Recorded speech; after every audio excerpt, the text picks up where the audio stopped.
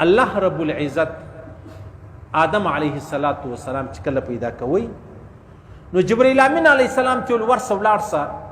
څه خاورې راټولې که تورې خاورې سپینې خاورې ژړې خاورې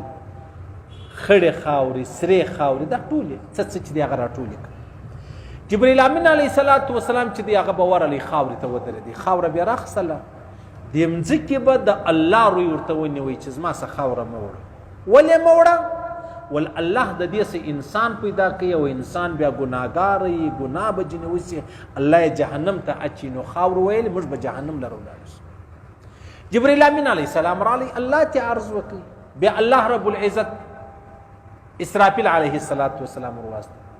هغه تیم دغه زارۍ وکړي مځکې د خدای روی ورته ونیوی بیا میکایل علیه السلام هغه تم پرشتو دا مځکې زارۍ وکړې چې موږ مه وړه زموږ څه خاوره مه وړه د دې څه الله انسان پیدا کوي انسان چې دی هغه به نافرماني کوي بیا به الله رب العزت جهنم ته اچي نو ګویا خاورې چې دی هغه جهنم لره ځي اخر کې الله رب العزت اسرائیل علیه السلام ته ویل ته ورسه د خاورې ګردې خاورې راټولې که څه جن راواخلي اسرائیل علیه السلام رالی د خاورو لره توره خاوره سپینه خاوره مرداره خاوره صفا خاوره دا ټول سره راټولې کړلې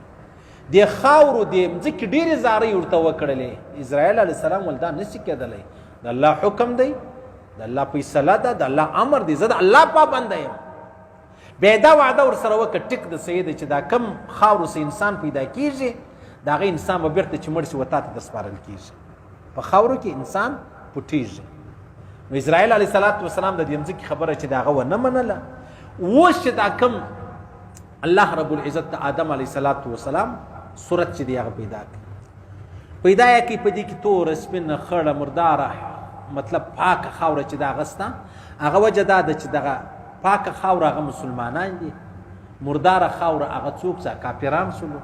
سپینه خاوره سپینان دي توره خاوره توران دي خړه خاوره خړ دي سره خاوره دا ګرد انسانانو رنګونه دا د هغه خاورو څه دي نو پیغمبر علیه السلام فرمایي چې کله الله رب العزت آدم علیه السلام پیدا کړي چې پیدا یې کړي نو بیا آدم علیه السلام الله رب العزت دغه سکشې شوی لکه هغه منګی نه سړی جوړ کړي نو شیطان چې دی هغه رالی چې رالی دغه آدم علیه السلام جسد پتله چې کومه بولي د الله جوړه کړې وله دی پر وګرځېدی را وګرځېدی ورته کتل حیران و شیطان چې دا څنګه مخلوق الله پیدا کړی څنګه مخلوق الله پیدا کوي نو چې پر وګرځېدی را وګرځېدی بل روایت کې راځي وایي داسې ویې ټکوي چې ویې ټکوي لکه منګی چې رنګی اتلی نو بیا یې وویلې چې یاره شیطان ویلی وی فجعل ابلیس یطیف به ینظر ما هو چې دا څه شی الله جوړ کړی دی پیدا کړی دی فلما رآه عجوف عرف انه خلق خلقا لا يتمالك رواه مسلم دی چې رالی پر وګرځېدی را وګرځېدی چې ویې کتل یاره نس یې خالي ولو شیطان په پوسه چې بس کار وسو دا نس لري نس او دا به مضبوطه نه وي یعنی یو اسانه مثال به زه درکړم هر هغه شی چې د هغه نس خالي اوس عام طور منګی راواخله ډرم راواخله پلانی شي د هغه ماتېده د هغه خرابېده ډېر اسانه دي ولې نس یې خالي دی ژر سره ماتېږي ختمېږي دلته چې د آدم علیه السلام صورت ولیدی چې او دا د آدم علیه السلام ته روح نور لوېدلی چې دا خو انسان دی هغه پښتانه وایي چې کومه بلا خوله لري جنبېرېږمه کومه بلا خوله لري جنبېرېږمه یعنی پولیس والا راواخله پلانی راواخله دا دوی وایي چې 2 روپۍ ورکه دا بلا د نس لري صحیح سلو کومه بلا چې نس لري جنبېرېږمه کومه بلا چې نس لري خدای مجبوره دی خوراکو څښاک ته یو شی ورکه بیا تا پرېږدي نو دلته شیطان هم ویل چې یاره د دې نس خالي دی به زه دا کې زه خپل کار ایستلی سم نو ځکه دی وایي شیطان وایي چې دا انسان نس خالي دی دا پر خپل غضب پر خپل خشم پر خپل غصه پر خپل لوږه پر خپل تنده پر خپل خواهشات قابو نه لري نو لحاظه دا زه قابو کولی سم نو شیطان ډېر خوشحاله سلو